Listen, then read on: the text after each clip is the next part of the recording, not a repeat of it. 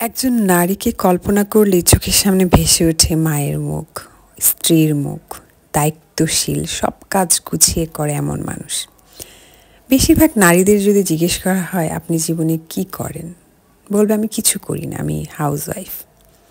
আচ্ছা, হাউসওয়াইফরা কি সত্যিই কিছু করে না? আপনারা যারা চাকরি করেন সপ্তাহে তাদের একদিন বন্ধ থাকে, কিন্তু হাউসওয়াইফদের কি কোনো দিন বন্ধ থাকে? প্রতিদিন কে কী খাবে, কখন খাবে, বাচ্চাদের টিফিন, বাচ্চাদের পড়াশোনা, দায়িত্ব, শ্বশুরবাড়ি, বাবার বাড়ি, অনেকের মন জুগিয়ে চলা, এরপর আরও ছোট ছোট বড় বড় নানান কটাক্ষের শিকার হওয়া, মানসিক অবসাদ অনুভব করা। এরপরেও আপনারা বলবেন হাউসওয়াইফ কিচ্ছু করে না, সে তো একজন হাউসওয়াইফ। বর্তমানের নারীদের যে প্রেক্ষাপট, সেই জায়গায় দাঁড়িয়ে নিজেকে বেশ কোণঠাসা মনে হয়। আজকাল সত্যি আমি তেমন একটা সময় পাই না। এই যে রোজা চলে এলো দেখতে দেখতে, রোজার মাস পড়ে গেল, ঈদ চলে এলো, নানান কাজের ব্যস্ততা, নিজের পড়াশোনা, সংসার, সন্তান সব কিছু মিলিয়ে সত্যি আজ আর ওরকম সময় পাই না যে নিজের মনের কথাগুলো খুলে বলবো।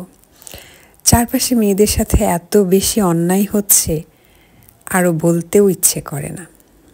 জীবনটা সহজ নয়।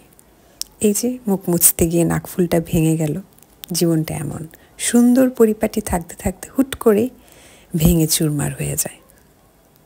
এই জীবনকে আপনি কখনোই কোনো কিছুর সাথে ডেফিনেশন করতে পারবেন না। কখনো কেউ আপনার পোশাক নিয়ে কথা বলবে, যোগ্যতা নিয়ে কথা বলবে, আপনি এতটা শ্রম, সময়, মানসিক সব কিছু নিগড়ে একটা সংসারের পেছনে দেওয়ার পরও একটা মানুষ এসে আপনাকে জিজ্ঞেস করবে তুমি তো জীবনে কিছুই করো না, ঘরে থাকো।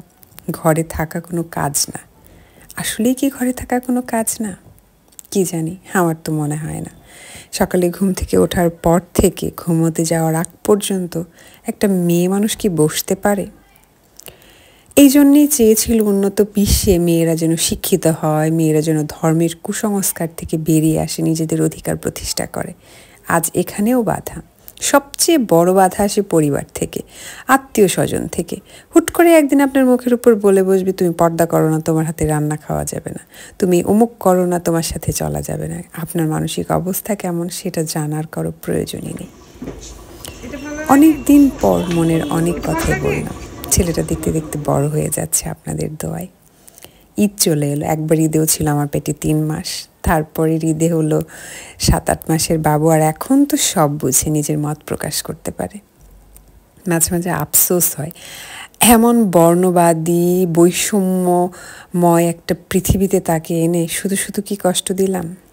চারপাশে সব কিছু দেখে না বড্ড হাঁপিয়ে উঠেছি, ভালো লাগে না।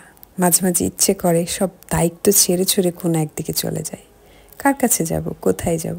কোথাও শান্তি পাই না, সত্যিই শান্তি পাই না। সারাক্ষণ কাজের ভেতর ডুবে থাকতে ইচ্ছে করে, যেন কোনো কিছু মনে না হয়, কারো কাছে যেতে ইচ্ছে না করে, কারোর সাথে দুদণ্ড কথা বলতে ইচ্ছে না করে। খুব মানুষ খুঁজি যার সাথে বসে অনেক আলাপ করা যাবে, পাই না। জীবনটা কেমন একটা যেন হয়ে গেছে খুব অল্প সময়ের মাঝেই। রোজার প্রস্তুতি নিচ্ছি। রোজার আগেই ঘুরতে গিয়েছিলাম নুহাশপল্লী সাফারি পার্ক। ওইগুলোর অনেক সুন্দর সুন্দর ব্লগ আছে। সময়ের অভাবে ওই যে বললাম এডিটিং করতে পারছি না, অবশ্যই তোমাদের সাথে শেয়ার করব। আর রোজার মাঝে পুরো ঘরটাকে পরিষ্কার পরিচ্ছন্ন করে ধোয়া পালা করে নতুন করে সাজাচ্ছি। সময় কাটে না বললে ভুল হবে, সময় কাটে, সময় পাই না, কিন্তু সময়কে ধরেও রাখতে চাই না। এত সব কিছুর মাঝে সবার মন জুগিয়ে চলার পরও যখন সেই তুমি নারী, তুমি এমন হবে, তুমি একটা বাড়ির বউ, তোমাকে এমন হতে হবে, তুমি সন্তান জন্ম দিয়েছো, সন্তান তোমাকেই লালন পালন করতে হবে, এটাই তোমার দায়িত্ব, এটাই তোমার জীবন, তখন মনে হয় মানুষ হিসেবে অনেক কিছুই কমতি রয়ে গেল। সবাই ভালো থেকো, আমাদের জন্য দোয়া রেখো। চেষ্টা করব নিয়মিত ব্লগ দিতে। আমি আমার ফেসবুক পেজে নিয়মিত ব্লগ দিচ্ছি, চাইলে দেখতে পারো, শেয়ার করতে পারো। তোমাদের জন্য অনেক ভালোবাসা, আমাদের জন্য দোয়া রেখো। লীলাবতী সংসারের পাশে থেকো।